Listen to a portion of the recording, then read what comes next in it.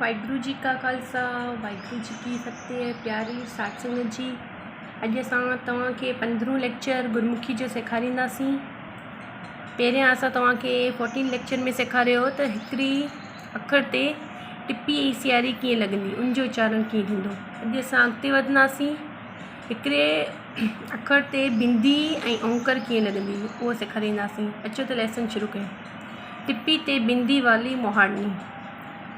ओरे बिंदी औंकर ओरे बिंदी औंकर ससे टिप्पी औंकर ससे टिप्पी औंकर हाय टिप्पी औंकर काके टिप्पी औंकर खखे टिप्पी औंकर ख गगे टिप्पी औंकर गहगे टिप्पी औंकर गंगे टिप्पी औंकर चचे टिप्पी औंकर छचे टिप्पी औंकर जजे टिप्पी औंकर जहजे टिप्पी औंकर ञे टिप्पी औंकर टटे टिप्पी औंकर ठटे टिप्पी औंकर डडे टिप्पी औंकर डहडे टिप्पी औंकर ताणे टिप्पी औंकर तते टिप्पी औंकर ठथे टिप्पी औंकर ददे टिप्पी औंकर दहदे टिप्पी औंकर नन्हे टिप्पी औंकर पप्पे टिप्पी औंकर पप्पे टिप्पी औंकर बब्बे टिप्पी औंकर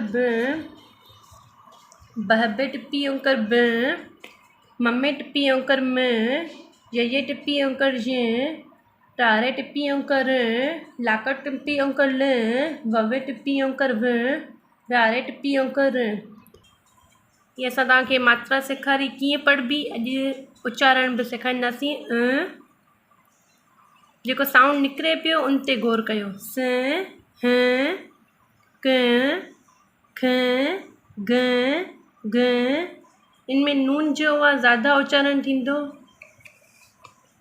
न च छ ज ञ ट ठ ड र त थ द न प फ ब ब म य र ल व र। प्यारी साठ संगत जी, टिप्पी ते बिंदी वाली मोहाड़नी में अॼु असां तव्हांखे सेखारियो त हिकिड़े अखर ते औंकर ऐं बिंदी जो उच्चारण कीअं थींदो, या औंकर ऐं टिप्पी जो उच्चारण कीअं थींदो। टिप्पी ऐं बिंदी खे नून जो ई आवाज़ु चवंदा आहिनि, जीअं स ह क ख ग ग साउंड में नून जो आवाज़ु अचे पियो। महिरबानी करे असांजे चैनल खे सब्सक्राइब शेयर ऐं लाइक ज़रूरु कंदा। ऐं कुझु सम्झ में न आयो हुजे इन वीडियो में त कमेंट बॉक्स में कमेंट करे ॿुधाइजो त बहितरीन इन खां बहितरीन असीं वीडियो ठाहे सघूं। ऐं पुराणा वीडियो जेका असांजा गुरमुखी जा आहिनि उहे डिस्क्रिप्शन बॉक्स में लिंक ॾिनल आहे, उन जे ज़रिए तव्हां गुरमुखी सिखी सघो था। वाहिगुरु जी का खालसा, वाहिगुरु जी की फतेह।